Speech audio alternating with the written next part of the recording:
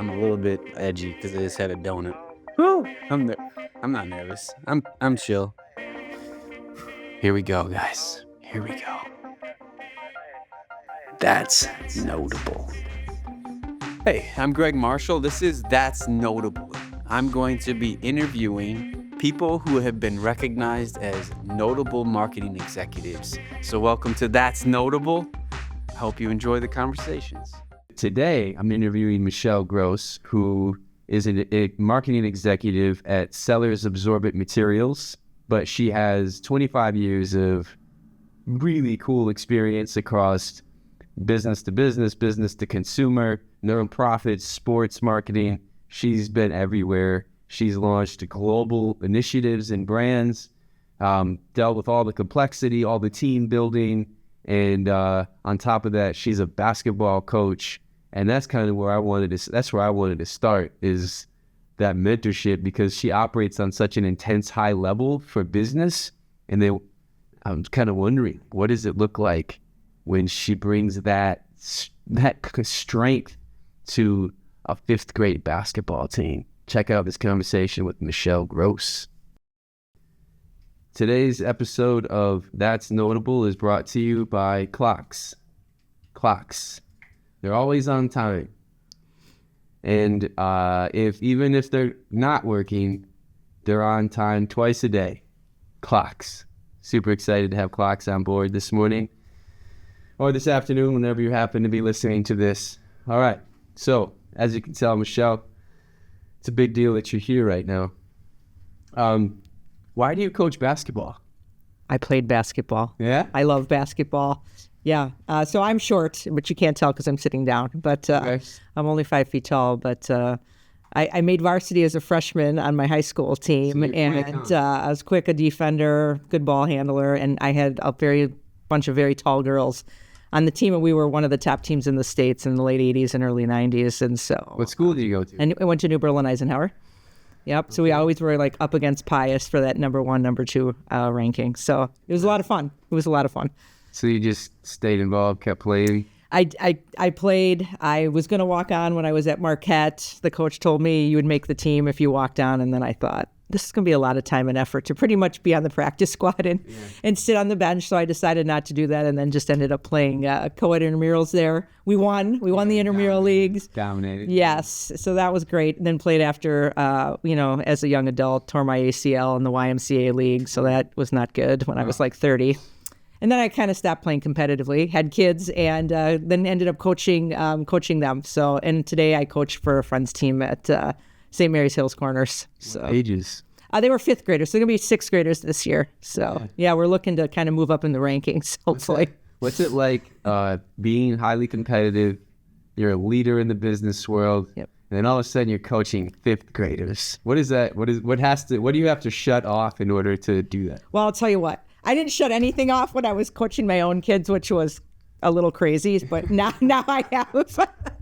I wore high heels and was like yelling and going up and down the sidelines, but now I have better perspective. My kids are older, and so, I'm really just trying to teach the kids fundamentals, how to like play with grit and be aggressive, and just teach them the basics. But it's so fun because I just have a passion for it, and because I don't have a kid on the team, I think I can be very objective in terms of talent and who should be playing and what we should be doing. And it's nice because everybody else is a parent.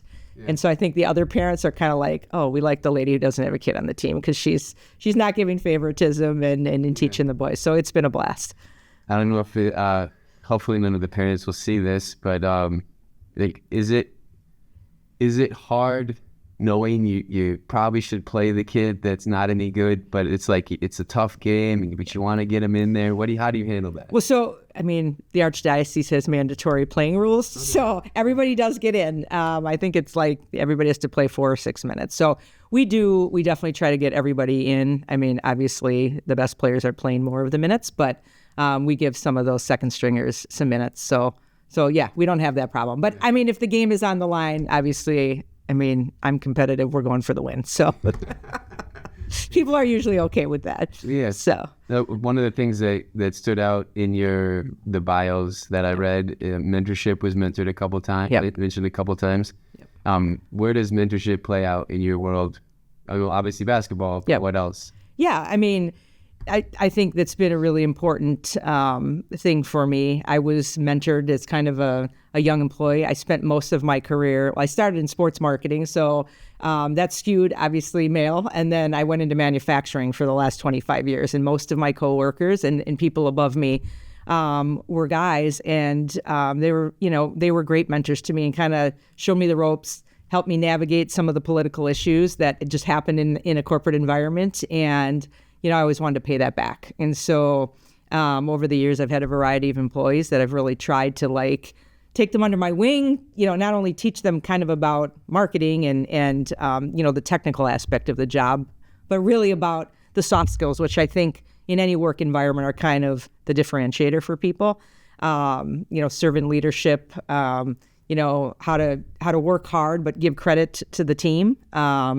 And kind of share success and wins as a team. And all of those lessons, and I don't mean to sound cliche, but were learned in sports, right? Because that's exactly kind of what's happening in the team sports that I played growing up. So Yeah.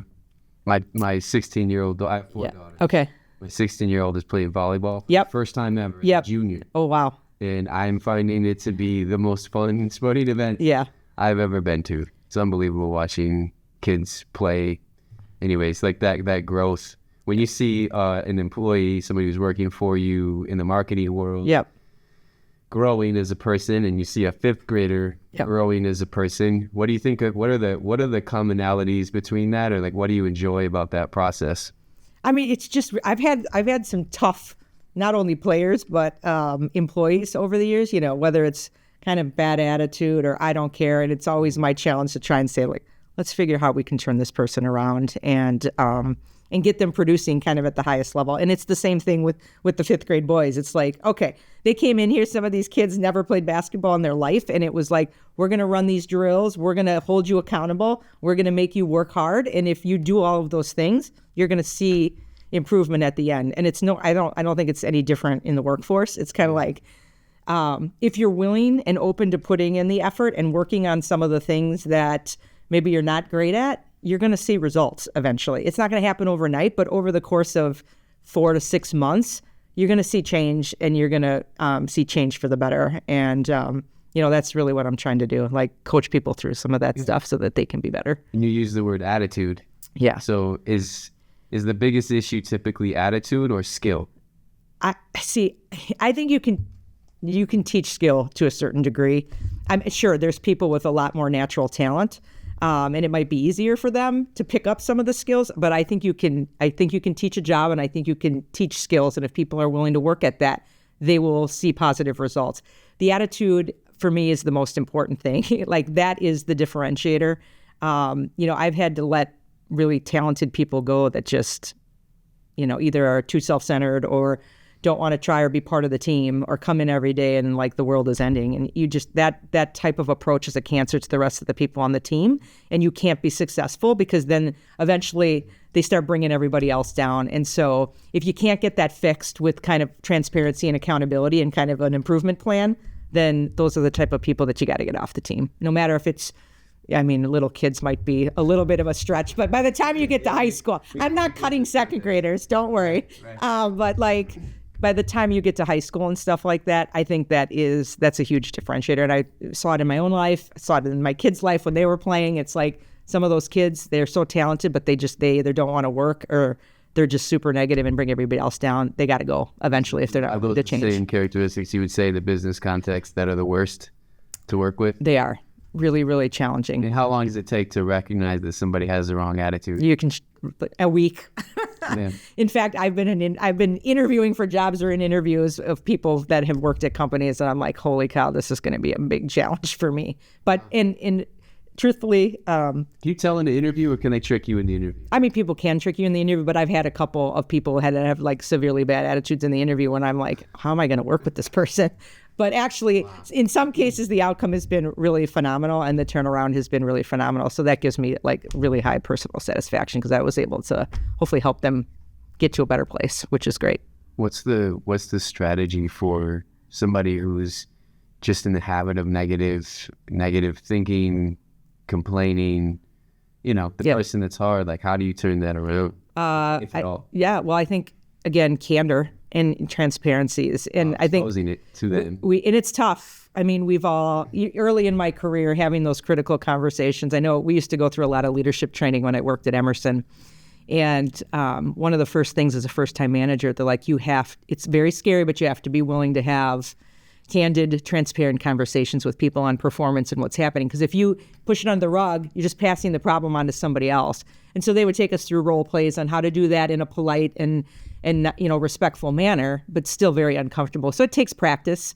Once you get the hang of it, though, then it's like, okay, no, here's the issues. Like, I'm not gonna BS you here. These are the things you have to work on. If you're willing to work and try to change, I will help you. If you're not, we're going to have a different plan here. And I think it really just starts with kind of laying out what the expectations are and your framework, and then, building trust with people. And I think if they trust you and they see that you do what you're going to say you're going to do, you can start to see a change. Or at least that's been my experience in a couple of those instances. Yeah, speaking of attitude, so a woman teaching 5th, 6th grade boys basketball. Have you ever had a dad or a mom not want a woman teaching their son in basketball? I mean, surprisingly, no. So, in fact, most of the comments I get, maybe the dads were talking, on the side. Most of the moms actually, and even today, are like, we love that you're here and we love that you're coaching the boys. So, you would kind of expect maybe you would get some of that, like, what does this girl know? But I think, again, if you walk your talk and they can see that you're delivering, then it doesn't even become an issue anymore. Yeah. As soon as they would talk to you, they'd be like, oh, she knows what she's doing. Yeah. Yeah. So you're obviously doing a lot of stuff in the business world. There's a lot of responsibility in your role. And then you're, it says you were involved on the board at Catholic Memorial. Coaching. How do you navigate all of that? How do you manage all that stuff in your life? I mean, it's a lot. I think I'm pretty organized, and I'm a fast talker and a fast worker. So I think I can get through things a little bit faster than most people. Yeah. And I get up pretty early. So the days are long and you can just fit it all in. I mean, it's busy, but it's always been like that. I think I do better when I have more on my plate than when I actually don't have anything to do, because then things kind of drag out. So it's just never been an issue for me. You just kind of make time, you see what's going on in the calendar, you're very efficient, you dive right in and get stuff done, and then move on to the next activity or thing. Yeah. So in my own experience, I feel like looking at that, your world, like knowing the level of output that you have to produce in your career and then these other things you're doing, I guess my assumption is that there's no way to function at that level that consistently without having had to suffer in some way before, learning how to care for yourself, how to deal with stress and anxiety in a healthy way. Otherwise, you just burn out if you just always producing on this level. Like, at what period in your career do you feel like you learned, like, okay, like, I got to figure this out, otherwise I'm going to burn myself out? Because you couldn't be doing what you're doing now if that didn't happen at some point. I mean, there was a time, I think, when the kids were young, that it was crazy. My husband actually commuted and he worked out of town 4 to 5 days a week, and I was raising a 2-year-old and a 5-year-old. So it got a little nuts there. So I had to pull out of, some of the extracurricular activities that I was doing at that time, just to be able to, once I got home from work, make sure I had enough time for the kids and taking an interest in their life. Fortunately, my parents have lived very close to us, so they were also a really big help to us, during that really stressful period of time. I don't think if they would not have been around, I would have been able to do it all and work full time, truthfully. So I was one of the lucky ones. I know not a lot of people have that type of help. And then I think something has to give, not only, maybe taking yourself out of some of the things you like to do, whatever those, playing pickleball or exercising or whatever, but maybe cutting back on work hours. But I was able to just leave the kids in my parents' hands when they were done with preschool or whatever, and I didn't have to worry. So that made it a lot easier for us. Yeah. Yeah. What is it like to work with you? Like, if you were to, from the perspective of a new employee, and then perspective of someone who's been with you for a long time. Yeah, I think, I'm pretty energetic, so I think people would say maybe I'm fun. I think they would say I'm a fun boss. I try to create an atmosphere where people will enjoy coming to work. I think they would say that I'm transparent and have integrity. So like if I tell you something, you can take it to the bank. You can believe it. I'm going to do what I say that I'm going to do, and I think people appreciate that honesty. Even and again, I'm not saying like that doesn't mean that I do things that people don't like. I mean, there are things that I probably do that my employees don't like, or certain characteristics that I have that maybe people don't like. But I think I manage with consistency over time.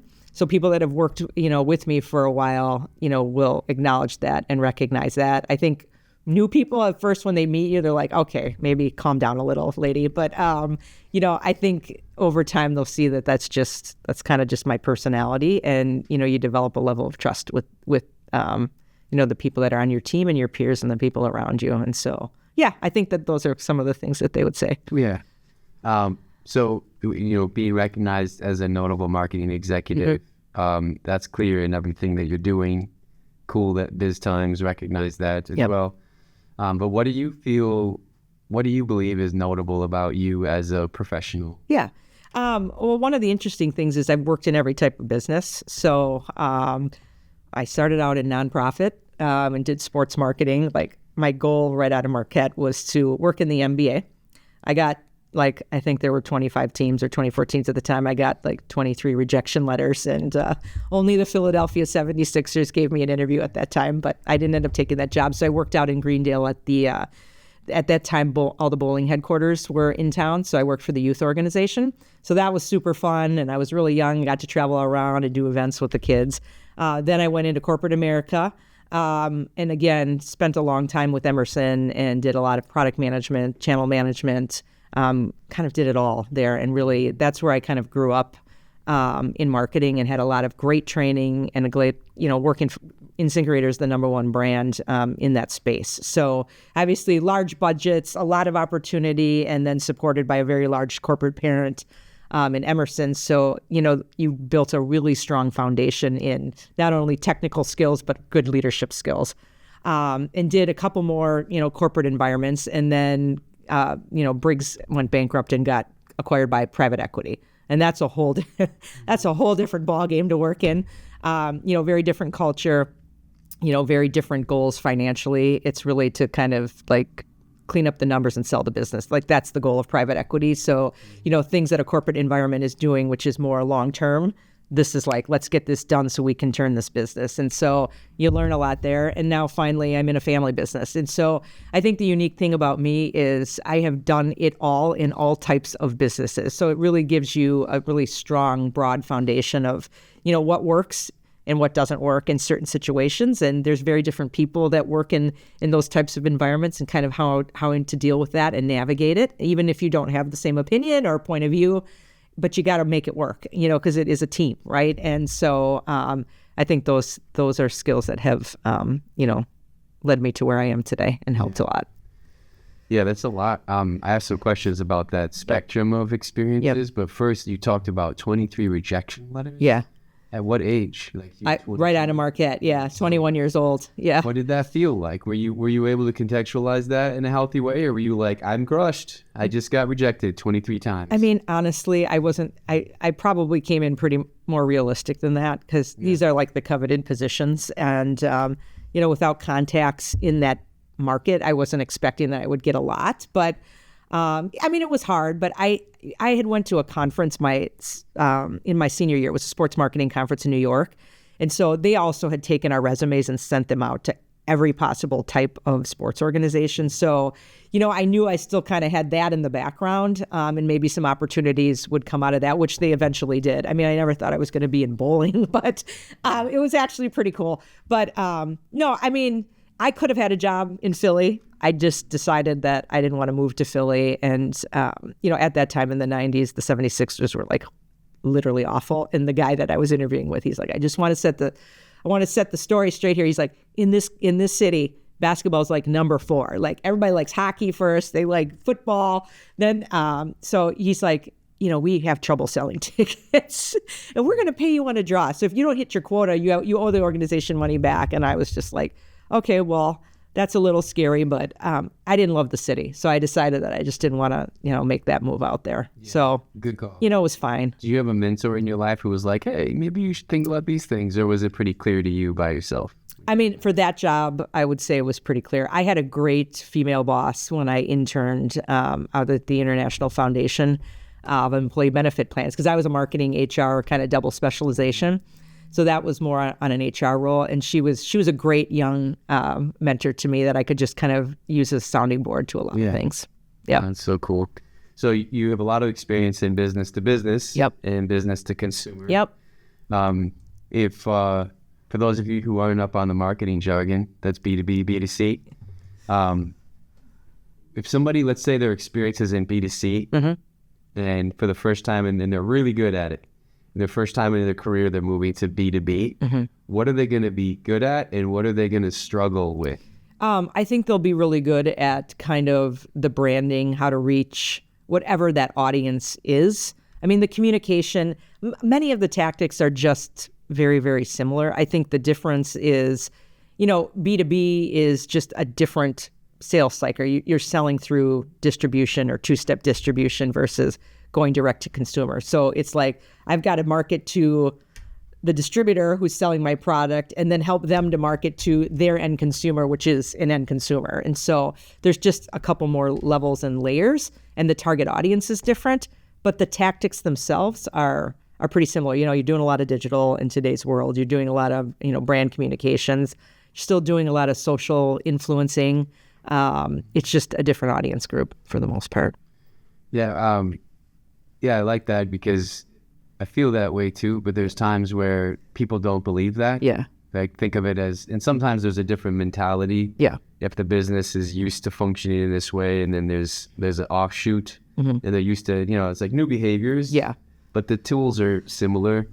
What kind of what's the biggest or the most interesting to you project that you've led recently? Whether it be a campaign or anything? Well, the one that I'm in right now at Sellars. So we I started almost 2 years ago. We're launching a recycled fiber paper towel called Bravo. This has been great for two reasons for me. First of all, we're going into the grocery channel. So I have never sold into grocery. So I was learning an entirely new channel, and it's very different. But secondly, paper towel is a commodity for the most part, right? You're thinking like, who's thinking about this? Bounty's everywhere. You just buy Bounty. So we're going up against, we're the challenger brand, and we're a small challenger brand. But the beauty of this product is it's super high performance. Like, it is 3 times stronger when wet. The absorbency is just as good. And then the cherry on top is it's eco-friendly, right? So, we put 90% recycled curbside inputs into this product to make it. And so you can rinse and reuse it, literally rinse it, wipe your countertops, rinse it out, let it dry, and use it again. It does not literally tear apart. And so, I was coming in, I'm like, come on, this isn't I didn't believe it. But actually, when you use it, it's phenomenal. So the big challenge for us is to really get it out there, to get placement in the grocery channel at some of the larger chains. So we had to we redid the packaging. We had to put together an entire go-to-market strategy for this brand, and then we're trying to go into line reviews with all the large grocery retailers. We did get into Target, which was a big win. We're in 300 stores there, and then on Target.com nationwide. So success there. We're in Sendik's and Woodman's and Piggly Wiggly locally, which has been great. But we need to get a Kroger or a Publix. We got to get, one of these larger chains. And then we want, hopefully Target will pick us up nationwide in the stores. So was most of your effort then selling to those stores then? Mm-hmm. And then how much of your, let's say, budget just in general goes towards the stores versus telling consumers to go to that store and get it? Yeah. So we're, it's maybe a 60-40 split. So on the brand awareness side, so that would be kind of direct to consumer to get the awareness out. We're hiring influencers. 60 toward the end consumer, 40 toward the store and slotting fees and whatever else goes there. We're really trying to just drum up some awareness through these influencers. And I think I found people are in today's world more likely to believe kind of random people that are using the product versus the company telling you why it's so great. So we've really been investing, a fair amount of our budget into going after that consumer audience through influencers. We're running YouTube display ads in key markets across the country where we're seeing good results with our target POS. We've developed all kinds of branding videos and other things that we can use on that front. And then when we go in to do our pitch for the line reviews, we've got kind of all these assets, and we're showing some of these prospective grocers the results that we've had so far, and hoping to use that to leverage getting them to take us. Yeah. So do you, is there any value in setting up a station in grocery stores where people are using the product? Yeah, we've done some sampling at Target. We tried that when we launched that product. How do you know if it's effective? Well, it's a little bit hit and miss because you work through third parties. And so it's not like Target employees that are doing the sampling. It's like Target contracts out with another group. Okay. And so it was a spotty execution, I'll say. I audited one of the markets that we were into in the Dallas market, and only about half the stores actually ended up putting those sampling carts out, which was frustrating. Yeah. But of the ones that did, we had water, and they were actually showing a demo and then showing how strong and absorbent the product was. And it's got a really nice soft cloth-like feel. So people could use it on their hands. They're like, wow, this is amazing. So when we were actually able to execute that from a sampling perspective, it was a good tactic. Yeah. It's an expensive tactic. And so, we're considering it for some of the grocery stores around the area. It usually works good when we can partner with somebody else, like, a Windex or another brand that you would use for cleanup in a paper towel. So yeah, good. It's a good call. What's the strangest thing you've ever done to promote a product like that? Like, a thought that came to my mind was you're in Times Square and there's a magician who's using your product somehow, is there anything totally off the wall that you've tried and either failed or it works? I'm trying to think back. Not with the consumer products that I've done. Nothing off the wall. When I worked in bowling, we used a bowling mascot called Biff. Bowling is fun. Now that's a service; it's not a product. But we took Biff around and did all these crazy events at bowling centers to get the kids all very excited about signing up for bowling leagues. And this mascot was just going around and doing crazy things at their birthday parties and whatever. But yeah, I don't have a crazy story. I mean, I've worked for very kind of conservative manufacturing companies, so we're not zany like some of the brands that, other consumer brands that might be on the marketplace. Yeah, it's interesting to think about what actually would work. I read an article recently about Nike and how they really focused on everything has to be measurable. Yep. Invest in what's measurable. Yep. And it hurt things. Mm-hmm. And they realized the most valuable things are the hardest things to measure. Yeah.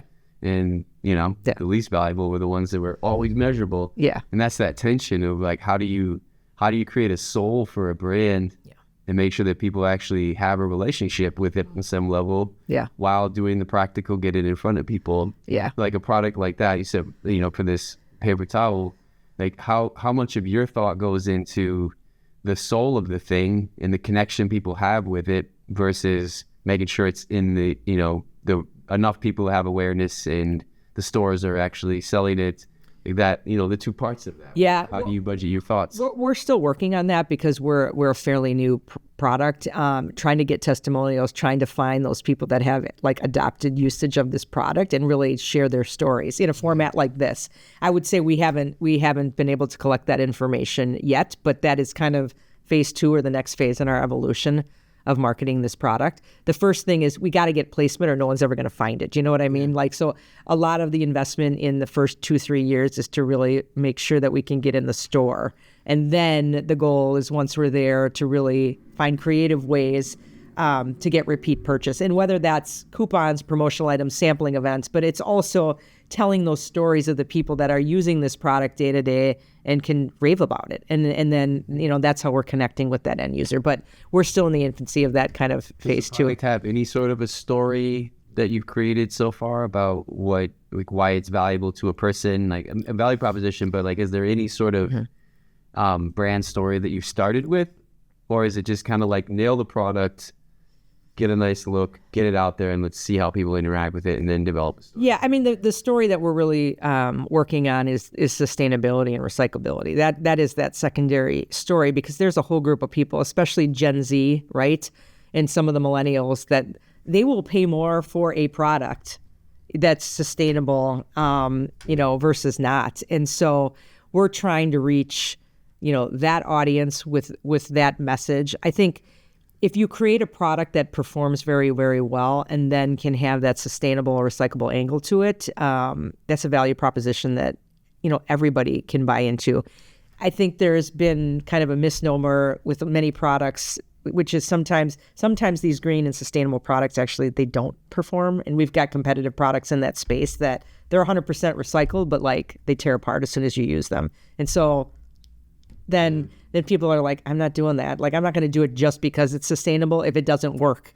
And so the angle that we've been trying to take with this is really, we use 250 million pounds of sustainable in sustainable manufacturing processes of recycled, materials on a day-to-day basis, on an annual basis. So that's a great story for anyone, whether you care about that stuff or not. It's helping the environment, and and it's helping us to be more efficient and in our manufacturing process. Yeah, it's pretty awesome. My brother works in the paper towel world. Okay. A little bit. Okay. Into it. Yep. So occasionally they'll have boxes of paper towels in their basement. Yeah. To give out. Yeah. And stuff. And it's fascinating to listen to the studies that are done, and just how it's all put together. It's such a simple product, but there's so much to it. But okay, on a personal level, how do you feed your own soul and mind? Like, what do you read or watch or pay attention to that gives life to you? Well, I mean, or grows you, like skill wise or soul wise, anything. Yeah, I mean, I'm not a huge reader. Unfortunately, I don't have a ton of time to read, so I'll read if I'm on a plane. If I'm on a plane, I read a lot of street signs.